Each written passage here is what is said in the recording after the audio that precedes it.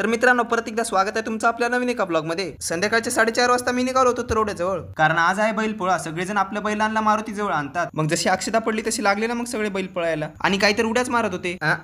झाली ना मग युवराजची एंट्री। कसा आहे वाघ? आणि तुम्ही काही पण म्हणा, पण शेतकऱ्याचा खरा साथीदार म्हणलं तर ते बैलच राहते। मग ज्यांच्या बैलांची फेरी मारायची राहिली होती त्यांनी पण बैल आणतात, आणि त्यांनी पण जोडीनं मंदिराची फेरी मारून घेतात, आणि बैलांना सजवल्यानंतर ते लईच भारी दिसतात। मग मी पण मध्ये जाऊन हनुमान दादाचे दर्शन करून घेतो। दर्शन झाल्यानंतर बाहेरून बघतो तर युवराज फेरी मारता मारता मागीच सरकत होतं। फेरी मारणं झाल्यानंतर निवत खाऊ घालून निघता मग घराकडे। बाबा कसं चमकायले मग युवराज, नादच करायचं नाही। रस्त्यानं जाता जाता काही जण गाडी थांबून युवराज सोबत फोटो पण काढत होते। फोटो ते काढणं झाल्यानंतर मग घराकडे येतात। मग काकू या दोघांची आरती करून यांना निवत खाऊ घालतात, आणि मग जाता जाता हे सिनेमॅटिक तुम्ही बघून जा। बघा कशी तोऱ्यानं चालतय, चालताना हिची कंबार हलतय।